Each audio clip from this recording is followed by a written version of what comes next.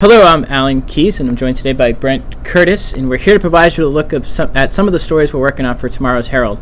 Also joining us today on the phone is Neal Goswami up at our press bureau in Montpelier. The big story we've been following all day and since last night was the close race for governor here in Vermont. And I know, Neal, you've been following that all day today, probably since early this morning. What's the latest on that? Well, we have been following that since about 6 in the morning. Around 3 o'clock this afternoon, Governor Peter Shumlin held a Burlington news conference where he declared victory. He cited the Associated Press's tally of the race. They're now reporting 100% of precincts, and their tally has Shumlin with a 2,088 votes margin of victory. Of course, that's only 46% of the vote to Republican Scott Milne's 45% of the vote. So nobody is really the victor until the legislature reconvenes in January and votes on who will become governor as required by the Vermont Constitution. So it remains a very fluid situation. There was some confusion from the Milne camp today. I spoke to him about 6 a.m. this morning, and he told me he'd be having a press conference in Burlington at around 10 a.m. So we all assembled at the Sheraton Hotel where he was camped out last night and this morning, waiting for the press conference. Around 10, we got word that he was canceling it and would not be speaking until the Secretary of State issues its final tally of votes, which, according to the Secretary of State, isn't likely to happen until this weekend. So Milne never showed up, and we're not sure if he plans to wait until the weekend to make any further public comment. Around 2 p.m., when we were all getting ready to pack up and head to the Shumlin news conference, Milne's daughter showed up in the lobby with a bunch of pizza for us and informed us that her dad had slipped out another door and would not be speaking with us today.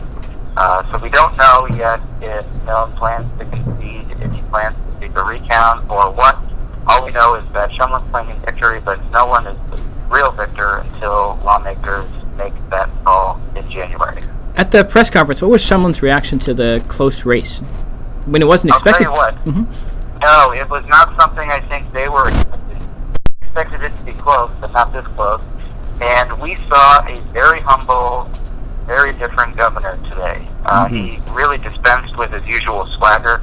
He noted that some Vermonters were quite disappointed in him. He promised to change and listen more to what Vermonters wanted, and he promised to reassess his priorities. As you know, his big priority is single-payer health care, or was, at least. He did mention the need to continue health care reform for universal, affordable, and quality care for all Vermonters, but he is no longer mentioning single-payer by name, at least not at today's news conference. So he did ask for time as he reassesses his priorities. Of course, we all wanted to know what might be off the table. He was not willing to tell us today. So hopefully we'll find out more as the days and weeks go by. Neal, I think we're all wondering, what kind of pizza was it? There was quite a variety. We had some cheese, we had some veggie with a lot of olives on it, which I'm not a fan of. So there was definitely something for everyone. All right. Well, thanks, Neal, for joining us. I'll let you go back to writing your story. All right, my pleasure. Thanks, guys. Right. Hang up on him here. And I know you, Brent, you've been following another race here in Rutland County. Another close race, but one that seems to be called, that's the race for Rutland County State's Attorney. Rose Kennedy seems to have prevailed with about almost exactly 500 votes over her opponent, incumbent State's Attorney Marc Brierre. My running of the math today indicates that it's over the 2% margin of victory that is required for a recount. So unless those numbers change between now and next Wednesday when the canvassing committee does its final tally, it looks like this is the final figure and that she will be the new state's attorney effective February 1st.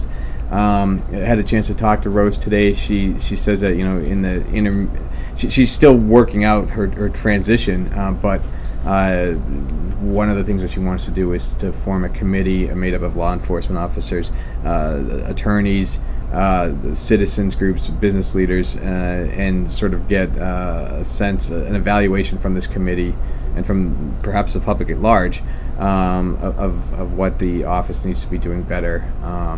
she didn't. She said it's too soon to talk about any kind of staffing changes, although that is a possibility. One item that is could be affected by this change in guard at the state's attorney's office is the case of the trial for Alex Spanos is coming up in January. In my conversation earlier today with Marc Brierre, it's unclear, at least he said he couldn't commit to whether or not he's actually going to be handling that case. Most of our readers probably know that Mr. Spanos is charged with the vehicular second-degree murder of Carly Farrow. Carly Farrow, I'm sorry. Yes, 17-year-old Carly Farrow, a Rutland High School student. So that case is being also handled, co-chaired by the State Attorney General's office, and that trial date is set for January, which is before the transition. Before the transition, right? Mm-hmm. So, and I received assurance from them today that whether or not Mr. Brierre is still on that case by the trial date start, they have the resources and are ready to take over the case entirely. Mm-hmm. And also in tomorrow's paper, Gordon Drusilla will have more on the city budget, which was unveiled earlier this week. We'll have a story from Southern Vermont and from Bellows Falls, where a road closure is causing an uproar among some merchants there. And we'll also have a story on Southern Vermont College naming a new president. So that's a look at some of the stories we're working on for tomorrow's paper. Have a great day.